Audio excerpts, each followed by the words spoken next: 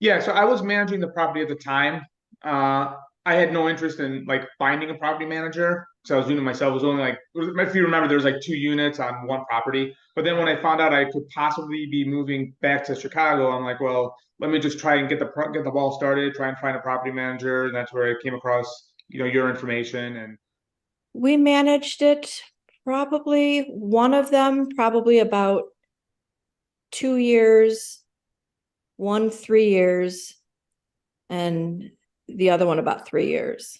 It was tricky because, you're on call 24/7 for tenant issues or maintenance issues. And that could be difficult, especially if you're out of town. And then not knowing all of the maintenance people around town, having to have our own um, maintenance people, building relationships, having them go out. And I think one of the trickiest things was to manage the work being done between the maintenance company and the tenant. That was really difficult. And that just all went away. Because as I did more research into property management, I think I realized that the risk was a lot higher than I anticipated. So I don't know. And again, naivety. I thought, okay, decent home, decent area. I'll find a decent tenant. Um, from it was like the stuff after that that I was had no idea, how much of a lift that would be.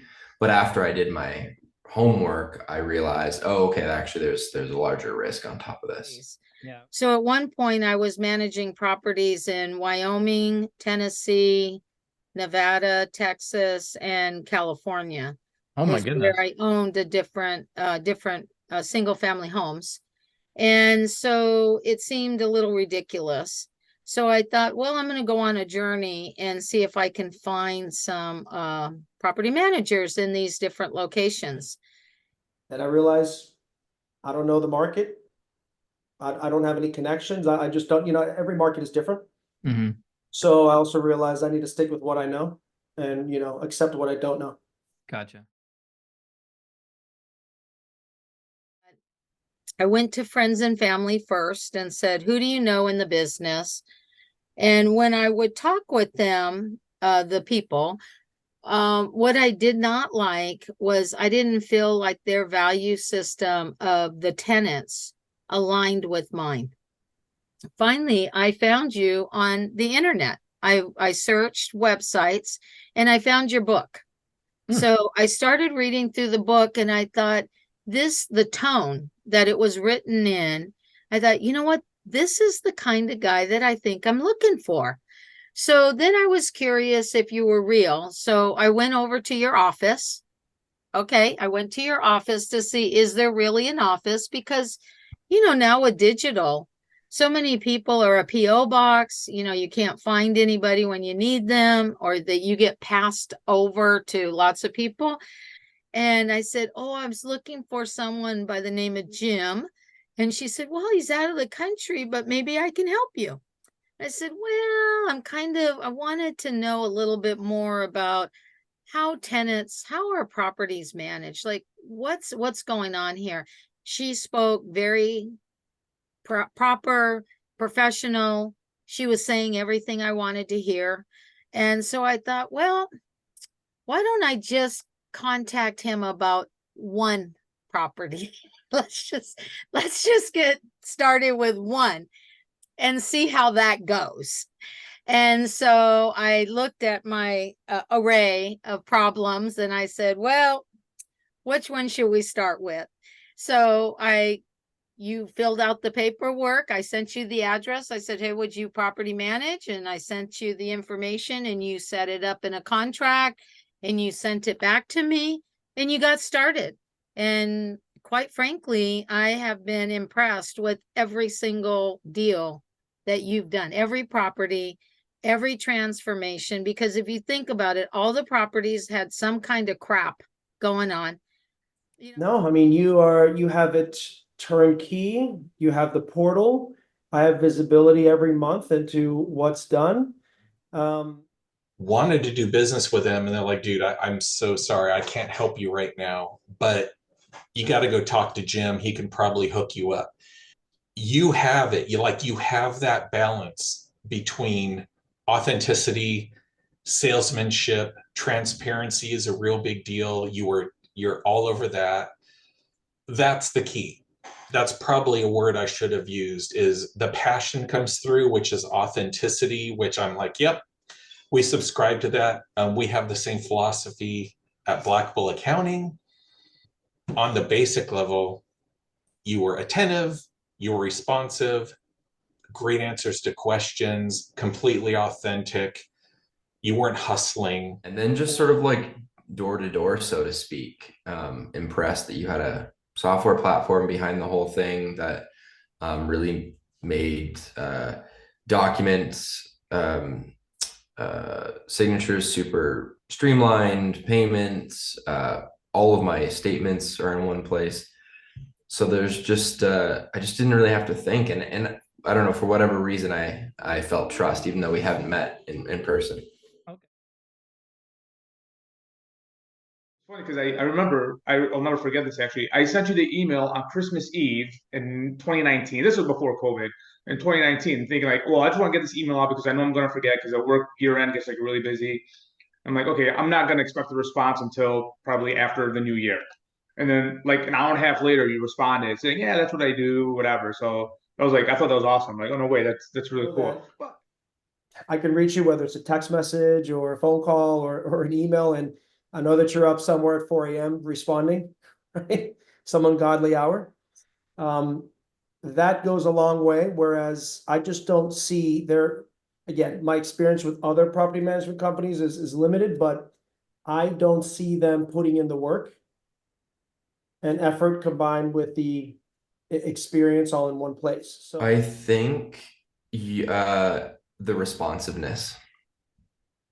The Okay. responsiveness wowed me. That's rare these days.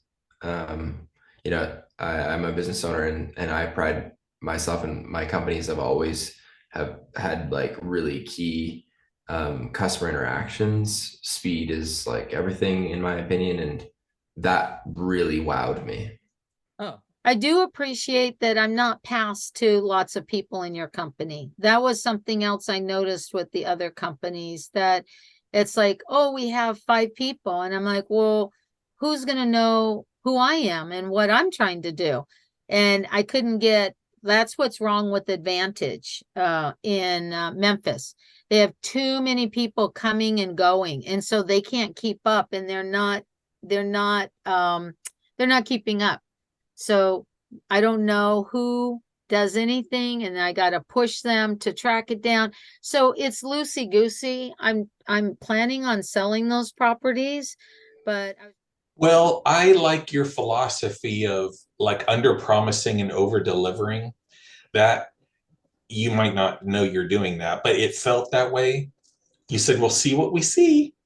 And then boom, we had a tenant within no time. And because you spent a lot of time talking about it's not a good time to rent, the market's really soft. If we had this conversation a month ago, I'd have 50 possible candidates. Now I might only have a few because we missed the window. And I heard that a lot. We missed the window, but hey, let's give it a shot. And then 3 days later, oh, hey, we have a tenant. Contents. And then you emailed somebody in your staff like, oh yeah, dude, can you fix that and get them taken care of?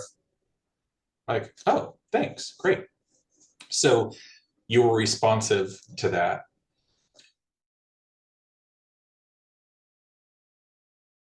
quality of people, how fast the turnover.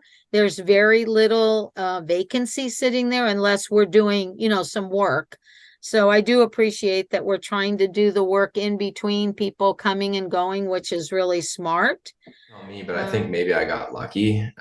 It's not the greatest market out there, and we stumbled upon a tenant relatively quickly. I don't think I had crazy expectations in terms of speed, but it was certainly seamless. I think you started like January 2020. So Okay. I don't really have anything to compare it to, but I know during COVID it was nice because I was getting your newsletters on a regular basis and I was reading those to kind of see what was happening. You know, being out of state, I was just kind of curious to see what was happening in the Nevada market and how tenants have been. So that was a kind of a good way of keeping me in the loop with stuff that's been going on. And They were released from their lease and we got new tenants in under 2 months, and they were well-qualified tenants. I did not have any issues with somebody living in the 3 properties and not paying rent. All of the tenants paid rent. The tenants that needed to leave left the places in great condition. And that was a huge, huge relief, because I just kept seeing on the news how people were stuck with renters who weren't paying or renters who destroyed the property. And that never happened. And I really attribute that to your people knowing how to work with those renters and, not gouge renters, not gouge me, just make it a fair deal and, let the people move on and let me move on. So I appreciated that. Awesome. you guys give very good service. You're reasonable. You're very responsive. And one thing I do really like about you guys is that you don't have like long-term contracts. Like the other property management company I had, I was like in a 1-year contract. Right. So, and I know this was extreme. It kind of worked out in a way, but like with the other property management company, I was in like a 1-year contract. So I was trying to get out of the contract. So I just sold my property. That was one of the ways I want to get out. And we met with another one who they had super restrictive policies. If we wanted to stop using a management company, there were huge opt-out fees. And if we wanted to sell the property, they would basically force us to use them to sell it. So we didn't like that it was so restrictive. And Gotcha. you weren't. No, I just, I became cordial with them, kind of friends with them. And then I just asked them, like, so, neither of him or I like the company that kind of took over. And I'm like, well, what do you think about going back to Limestone? They're like, oh, do it. Jim was awesome, 100%. And this is directly from the tenant. So that spoke volumes as well, because, the other company wasn't treating me very well, wasn't treating him very well, him and his family. So I'm like, okay, well, let's go with somebody who actually respects humanity, respects people in general. In fact, while I was thinking about coming online today, I thought, let me remember. Oh yeah, Alta, the guy had torn the whole house up. In fact, you said it's costing you $1,000 a year to keep this tenant here from the damages that they're causing to your property. But I love the way that you handled the woman at Picaroon that just decided she could live there. She wasn't on the contract. The guy died. They never told me he was dead. Believe me, I would have paid attention to that. But how you handled her in getting her out with the sheriff coming, I thought was phenomenal. Yeah, it took extra time and extra effort, but you know what? That's the kind of manager that I had been searching for all along. I'll mention a specific one. I mean, there's been some situations with tenants where I'm like, I'm in trouble. It's a disaster. You obviously have seen it before. So you say, this is not a big deal. This is what we're going to do. And it gets done. Right. I would say go with your property management company. You take away all the headaches, all the hassle. Yes, there is a fee for your service, but having done it myself, it's more than worth it. And I really appreciate it. Frankly, and believe you me, I'm one of those people that will always entertain a lower cost.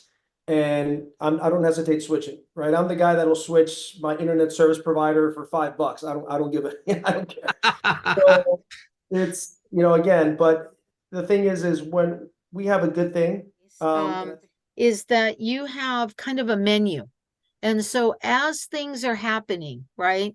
So you charge more for the marketing and getting someone in there, right away. So the quality people that have been, looked at, screened, getting them in. So actually, I mean, at first I thought it was high. they would charge me the full rate every month when there was no one living there. Oh my And I goodness. thought, what's your incentive to ever have someone if you get paid every month and I don't? So I let those people go. I think it's fair. I don't feel that you're undercharging, but I don't feel like you're overcharging either. I mean, I hopefully that you've got things itemized that you're able to cover what you're doing on your end with your team and staff. Yeah. So I'm thrilled to death that you came back to us. And just what you just said now, that was one of the reasons I came back, because you acknowledged what happened. I realized that at that point, not all property management companies are created equal. And I'm like, okay, well, let me give Jim another shot, because other ones I hired after I fired you, the other ones I hired, they were just terrible. Yeah. It's like I never. The paint thing with the HOA. I just had a third kid. I don't have time for this, right? What is going on? You took care of it, right? And I appreciate the good faith and just seeing it through and getting it done, regarding the paint colors and whatnot. So you just know your way around the HOA system, right? You know your way around with the tenants. So that speaks volumes for me as well. And somehow the person that came in decided that she could just keep renting there and didn't pay any rent. It's like we weren't going to notice that. And then Pyramid with the hoarders, the insurance, the risk, the people that were stealing electricity, and I had to get a whole new box and the electric fire coming from the poles. I'm like, oh my God. And then Peggy is the cream of the crop.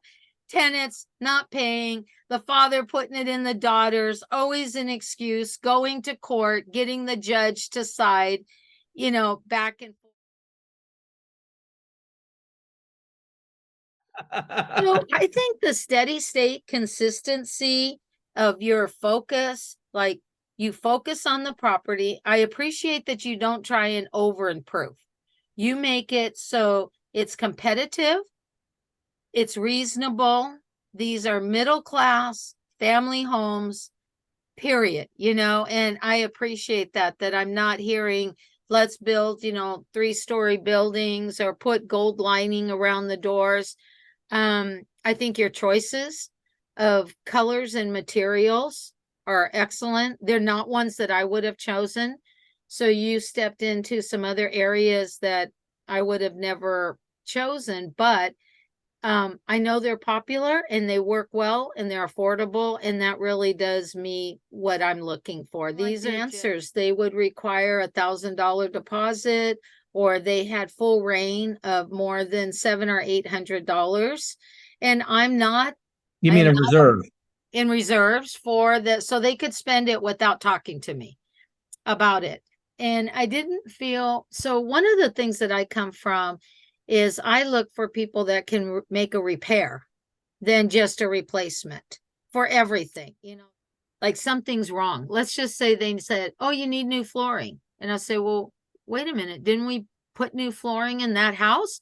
They go, well, yeah, but then there was a leak under the house. And so the water then rotted it out. So now I said, well, who's checking that stuff? Who looks at it? Who's responsible? So I've had to take more of an active role in monitoring their work, which I don't like. Here's the thing. Look back and say, I wish I knew about this. But then afterwards, when it's done, I'm like, well, I wasn't going to be able to do anything anyways about it. I wasn't going to do any better. So actually, it's better for me not to even know about it until after the fact.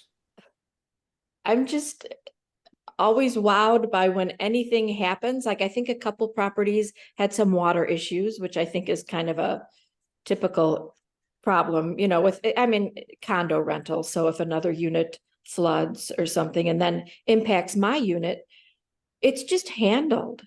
I get emails letting me know what's going on, and that's it.